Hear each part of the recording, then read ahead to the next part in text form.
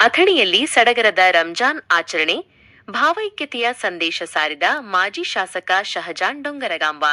ಅಥಣಿ, ಬೆಳಗಾವಿ ಜಿಲ್ಲೆಯ ಅಥಣಿ ಪಟ್ಟಣದಲ್ಲಿ ಇಂದು ಮುಸ್ಲಿಂ ಬಾಂಧವರು ಪವಿತ್ರ ರಂಜಾನ್ ಹಬ್ಬವನ್ನು ಅತ್ಯಂತ ಶ್ರದ್ಧಾ ಭಕ್ತಿಯಿಂದ ಆಚರಿಸಿದರು. ಈ ಸಂದರ್ಭದಲ್ಲಿ ಈದ್ಗಾ ಮೈದಾನದಲ್ಲಿ ನಡೆದ ವಿಶೇಷ ಪ್ರಾರ್ಥನೆಯಲ್ಲಿ ಸಾವಿರಾರು ಮುಸ್ಲಿಂ ಬಾಂಧವರು ಪಾಲ್ಗೊಂಡು ಪರಸ್ಪರ ಶುಭಾಶಯ ವಿನಿಮಯ ಮಾಡಿಕೊಂಡರು. ಮಾಜಿ ಶಾಸಕರ ಹಾರೈಕೆ ಕಾರ್ಯಕ್ರಮದಲ್ಲಿ ಉಪಸ್ಥಿತರಿದ್ದ ಮಾಜಿ ಶಾಸಕರಾದ ಶ್ರೀ ಶಹಜಾನ್ ಡೊಂಗರಗಾಂವ ಅವರು ತಾಲೂಕು, ರಾಜ್ಯ ಹಾಗೂ ದೇಶದ ಸಮಸ್ತ ಮುಸ್ಲಿಂ ಬಾಂಧವರಿಗೆ ಹಬ್ಬದ ಶುಭಾಶಯಗಳನ್ನು ಕೋರಿದರು. ಈ ವೇಳೆ ಮಾತನಾಡಿದ ಅವರು, ಪುಣ್ಯದ ಮಾಸ ರಂಜಾನ್ ತಿಂಗಳಲ್ಲಿ ಉಪವಾಸ, ರೋಜಾ, ನಮಾಜ್, ಜಕಾತ್ ಹಾಗೂ ಕುರಾನ್ ಪಠಣದಂತಹ ಸತ್ಕರ್ಮಗಳನ್ನು ಮಾಡುವುದರಿಂದ ದೇವರು 70 ಪಟ್ಟು ಹೆಚ್ಚು ಪುಣ್ಯವನ್ನು ನೀಡುತ್ತಾನೆ ಎಂಬ ನಂಬಿಕೆಯಿದೆ.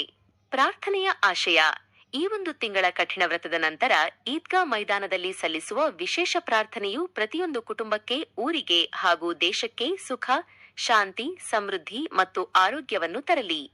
ಸಹೋದರತ್ವ: ದೇಶದಲ್ಲಿ ಸದಾ ಸಹೋದರತ್ವದ ಭಾವನೆ ನೆಲೆಸಲಿ ಎಂದು ಅವರು ದೇವರಲ್ಲಿ ಪ್ರಾರ್ಥಿಸಿದರು. ವಿಶೇಷ ಪ್ರಾರ್ಥನೆ: ಅಥಣಿಯ ಮೌಲವಿಗಳಾದ ಶ್ರೀ ಹಬೀಬುಲ್ಲಾ ಕಾಶ್ಮಿ ಅವರು ಈದ್ಗಾ ಮೈದಾನದಲ್ಲಿ ವಿಶೇಷ ಪ್ರಾರ್ಥನೆಯನ್ನು ನೆರವೇರಿಸಿಕೊಟ್ಟರು.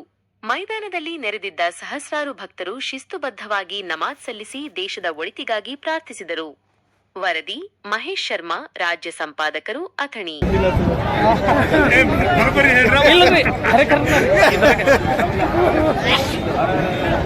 या देखते हैं वहीं तक सर